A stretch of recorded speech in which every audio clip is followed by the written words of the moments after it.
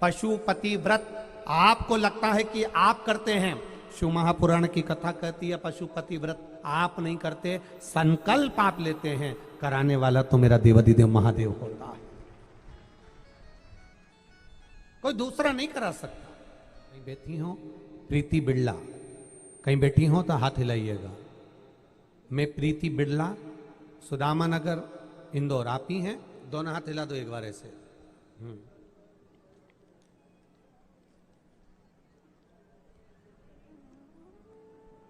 मेरी माँ जो बाग जिला धार में रहती है, उनका नाम पुष्पा मलानी है। उनकी तबीयत खराब होने पर बड़वानी के बाद नडियाद ले गए। वहां डॉक्टर ने किडनी का इन्फेक्शन बताकर किडनी खराब बता दी। जब उनकी किडनी खराब बताई, डॉक्टर ने हाथ खड़े कर दिए कि ये किडनी तो बदलना पड़ेगी और ये किडनी काम नहीं कर रही है। बड़े दुखी हुए, उनका डायलिसिस चालू कर दिया। गुरुदेव 5 दिन में, हर 5 दिन में एक डायलिसिस माता का होने लगा। और जब डायलिसिस चालू हो गया, डॉक्टर ने कहा जब तक किडनी का बदलाता नहीं तब तक डायलिसिस चलता रहेगा। धीरे धीरे 5 दिन से 3 दिन पर आ गया, डायलिसिस और ज्यादा होने लगे, तबीयत ठीक नहीं होती। तभी मन में विचार कर कर आपकी कथा सुनते थे तो विश्वास जागा। शिव जी के मंदिर में जाकर जल चढ़ाना, एक बेलपत्री उठाकर लाना, माँ को खिलाना, थोड़ा सा आचमन पानी का कराना चालू करा। और बाबा की कृपा देखिए गुरुदेव, हम जब दूसरी बार नडियाद में माँ को डायलिसिस कराने के लिए 15 दिन बाद जब लेकर गए, तब डॉक्टर ने कह दिया इनका डायलिसिस अब कम हो जाएगा। 3 महीने में एक डायलिसिस होने लगा और बाबा की कृपा से अब वो डायलिसिस भी 3 महीने से बंद पड़ा है। ये शिव तत्व। बैठिए बहन, हर हर महादेव, बैठिए। शिव तत्व की ओर अग्रण्य हो। 4 लोगों में जब भी बैठो अपनी जीवान पर काबू रखो। भोजन करने बैठो तो अपनी भूख पर काबू रखो, और किसी के यहां मिलने जाओ तो अपनी निगाह पर काबू रखो, नहीं तो बर्बादी का सिरा चालू हो जाता है। नहीं तो बर्बादी का सिरा प्रारंभ हो जाता है। भोजन करने बैठो तो भूख पर काबू होना चाहिए। 10 लोगों में बैठो तो अपनी जीवान पर काबू होना चाहिए। कोई ऐसा शब्द मत कह जाना कि किसी का दिल दुख जाए। 10 लोगों में बैठो तो ऐसा शब्द मत बोल जाना जिससे किसी को नीचा देखना पड़ जाए। और किसी के घर जाओ तो अपनी निगाह पर काबू रखो। कौन बेटा बेटी परिवार के लोग क्या वस्त्र पहने हैं, अपनी दृष्टि में काबू रखिएगा तो आपकी जिंदगी संवर जाएगी, नहीं तो जिंदगी नरक हो जाएगी। बड़ी विचित्र, बड़ी विडंबना है लोगों की, बड़ी विडंबना। आज एक नया सिरा लोग चालू कर देते हैं। मंदिर में आओ तो ये कपड़े पहनकर मत आना, मंदिर में आओ तो वो कपड़े पहनकर मत आना। आप मंदिर जाने वालों से कह रहे हो कि ये कपड़ा पहनकर मत आना, वो कपड़ा मत पहनकर आना। आज का जमाना ऐसा है कि आप जितना ज्यादा टोकोगे, बच्चे दूसरे धर्म में प्रवेश करते चले जाते हैं। अगर वो आ रहे हैं तो एक दिन धीरे धीरे उनका कपड़ा पहनने का तरीका भी बदल जाएगा। एक बार उन्हें मंदिर तक तो आने दो, एक बार उन्हें मंदिर तक तो आने दो। मंदिर तक वो नहीं आ पा रहे और आपने कह दिया जीन्स पहनकर मत आना, टी शर्ट पहनकर मत आना, ये परिधान पहनकर मत आना, ये कपड़े पहनकर मत आना। शिव महापुराण की कथा कर रही है, अगर आप मंदिर में जाने वाले बच्चों को बार बार टोकोगे, बार बार टोकोगे, तो वो बच्चे मंदिर जाना बंद कर देंगे, दूसरे धर्म में जाना चालू कर देंगे। उन बच्चों को टोकना कम है। धीरे धीरे अगर वो भगवान की भक्ति में रमते गए, रमते गए, रमते गए, तो जब दिल बदल जाएगा तो कपड़े भी बदलने में देरी नहीं लगेगा, अपने आप बदल जा रहे। गुरुजी, मैं सपना राजेश तंवर, मैं धामनोद जिला धार से आई हूं। 13 वर्ष के बाद पहले 13 वर्ष पहले एक संतान थी, पर उसके बाद कोई संतान नहीं थी। डॉक्टरों ने भी मना कर दिया था कि संतान नहीं होगी अब तुमको। 13 वर्ष के बाद बाबा की कृपा से मैंने पशुपति व्रत किया और शिव जी से मांगा, तो बाबा की कृपा से मेरे घर में एक संतान की प्राप्ति 13 वर्ष के बाद हुई है। एक बार जोरदार ताली बजाएं। बच्चे को थोड़ा सा ऊंचा कर दीजिए, थोड़ा सा ऊंचा कर दो। हर हर महादेव। एक पत्र और बड़ा सुंदर आया। मैं हीना भाटिया इंदौर से आई हूं। कहीं बैठी हो तो हाथ हिलाइएगा। हीना भाटिया इंदौर, आप ही हैं? दोनों हाथ हिला दीजिएगा एक बार। मैं हीना भाटिया इंदौर से। मेरे भोले बाबा की कृपा का क्या बखान करूं। उनने हमें वो दिया जिसके लिए हम हर द्वार गए और हर जगह की दवाई भी खाई, पर वो हमें मिला कुबेर भंडारी की कृपा से प्राप्त हुआ।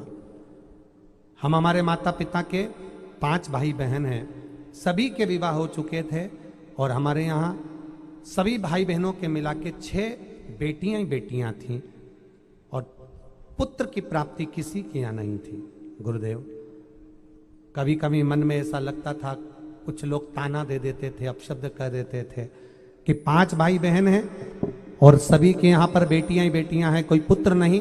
ताना देने वाला ताना दे ही देता था। बाबा की कृपा ऐसी हुई गुरुदेव कि बाबा की कृपा से हम कुबेर भंडारी के चरणों में विनय कर कर आए, पाथरी पूजन कंकर रखकर पूजन कर कर आए और उनके आने के बाद जब गर्भ ठहरा तो हमारे यहाँ पर 2 पुत्र रत्न की प्राप्ति हुई है। बाबा को हम नमन करने के लिए। श्री शिवाय नमस्तुभ्यम। बच्चे आए साथ में, ऊंचा कर दीजिए उनको। हर हर महादेव। बैठिए, विराजिए। श्री शिवाय नमस्ते। प्रसूति का स्मरण आते से ही ध्रुव जी महाराज से भगवान विष्णु ने कहा, सुनो ध्रुव जी, तुम ध्रुव तारे के रूप में विराजमान रहोगे, साक्षी दोगे दान पुण्य धर्म संकीर्तन सत्संग की। ध्रुव जी महाराज आनंद पा गए। तब ध्रुव जी ने माता प्रसूति से जो शंकर भगवान का गुणगान सुना था, उसके आनंद में ध्रुव जी ने कहा, आपने कहा कि मैं साक्षी दूंगा सारे दान पुण्य धर्म की संकीर्तन सत्संग की। आपसे केवल इतना और मांगना चाहता हूं, मैं आकाश में विराजमान रहूंगा, मंडलों में विराजमान रहूंगा। जो शिव को जल देगा और जो सूर्य को अर्घ देगा, अगर वो एक बूंद भी जल भगवान शंकर को समर्पित करेगा और यदि वो एक बूंद भी जल सूर्य को अर्घ देगा या सूर्य को समर्पित करेगा, तो मुझे वर दीजिए कि मैं उसकी साक्षी देकर उसके घर का भंडार भरवाता रहूंगा। ये साक्षीता चाहिए। परिवार वाले, कुटुंब वाले, समाज वाले, रिश्तेदार, नातेदार, कुटुंब वाले जब भी चलते हैं, पैसे वाले के पीछे चलते हैं, संसार के लोग चलते हैं तो धन वालों के पीछे चलते हैं, और मेरा भोलेनाथ चलता है तो जल वालों के पीछे चलता है। हम मंदिर तक जा रहे हैं, हम भगवान शिव को जल चढ़ा रहे हैं, हम भगवान का भजन कर रहे हैं, हम भगवान का कीर्तन कर रहे हैं, हम भगवान का मंत्र जाप कर रहे हैं, हम भगवान का स्मरण कर रहे हैं।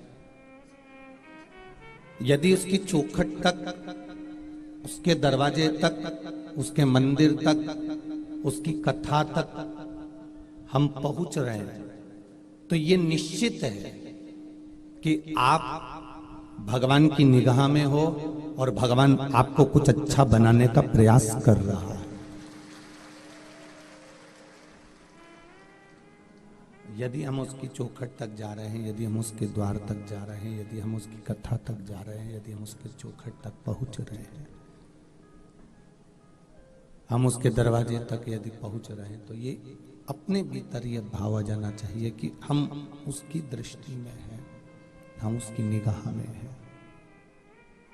और जिस दिन हम भगवान की कथा तक ना जा पाए, जिस दिन हम भगवान के मंदिर तक ना जा पाए, जिस दिन हम भगवान की चौखट तक ना जा पाए, जिस दिन हम भगवान के द्वार तक ना जा पाए, जिस दिन हम भगवान की कथा तक ना पहुंच पाए,